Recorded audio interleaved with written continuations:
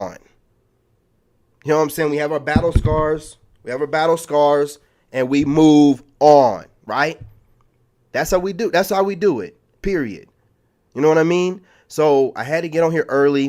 I wanted to make sure I put this video out because, man, they're seeing the writing on the wall now. But I want you guys to continue to move in silence. Don't tell them shit. Don't tell them nothing, man. Keep doing what you're doing and find what you need to find. Because these females out here trying to break good men, man. They're trying to be king slayers. Because they can't do anything besides use some kind of mental warfare to try to destroy you. Right? Nah, we ain't gonna be weak like that no more. Okay?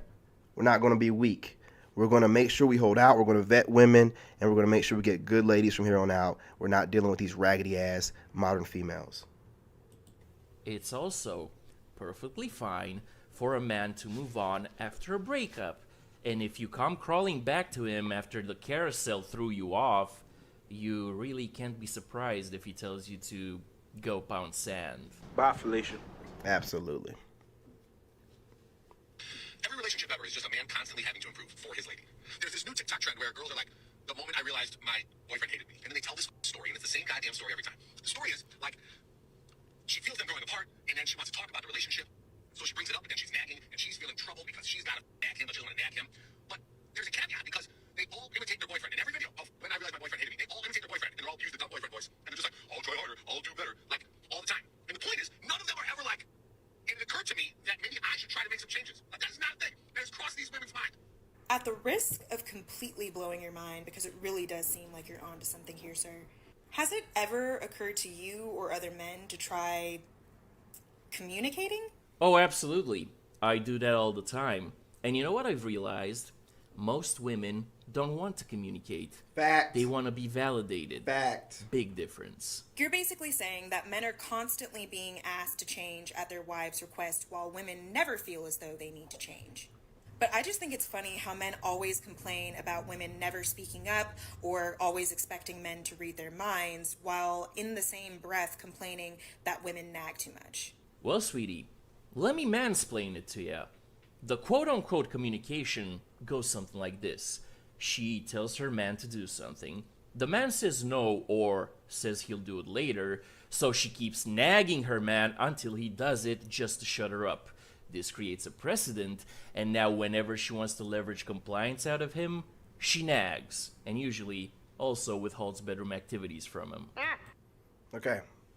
Now, I'm going to break that down in my own terms, what he just said.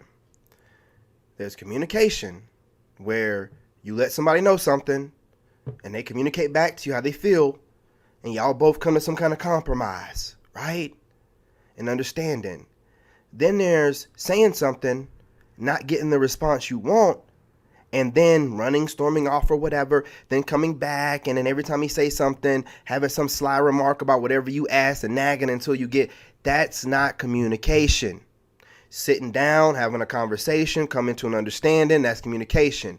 Not getting what you want, storming off, then coming back, and then nagging and having your little slights and your gaslighting, that's not communication. You went communicated more about the situation to somebody else whenever you stormed off than you did the man.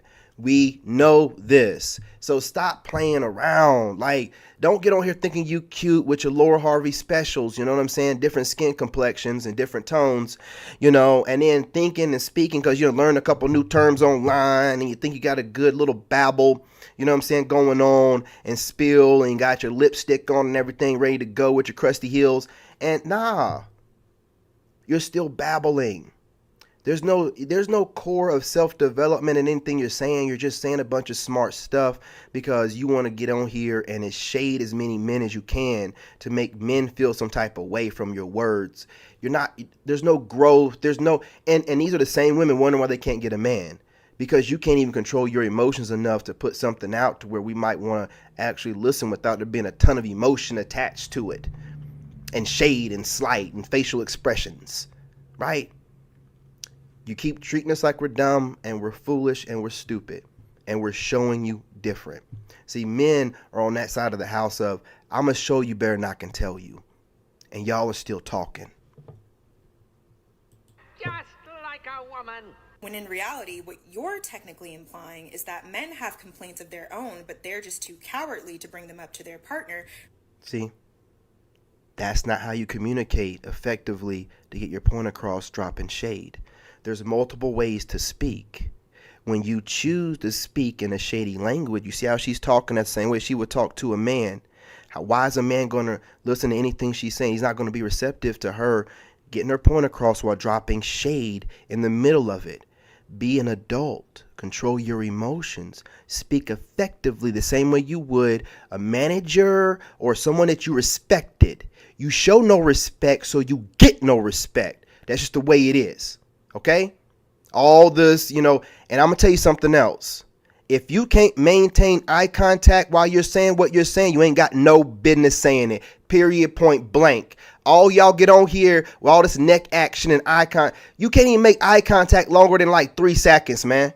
You get no respect from me as a human being if you can't maintain eye contact while you saying whatever babbling nonsense that you're saying.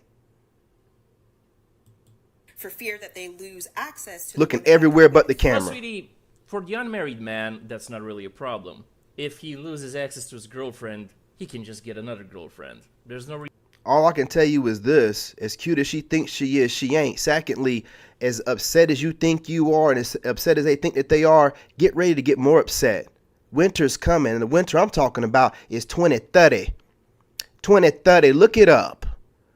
Look it up. Most women will be single without kids. You think it is bad now and all this mappity map mouth? Wait until about then, about 2028, 2027. They're going to start, oh, please, we just want a man. What we got to do? What we got to do? Making eye contact and speaking soft and everything else in the world to try to have a baby, because even Pookie's going to be done with you by then. Even Pookie can get a top level woman by then. All we got to do is sit back and let you age out. All this stuff, man. Reason to hate, just replace. However, this is a problem for married men in the West because losing access to his wife means divorce. And a lot of women divorce nowadays because their fifis weren't validated. Pathetic. All right, y'all. I'm going to wrap it up. You know what I'm saying? It's a dope video. I'm just going to say this. You know what I mean? Ladies, do better. Gaslighting us ain't going to work anymore. Trying to, I don't know what you're trying to do.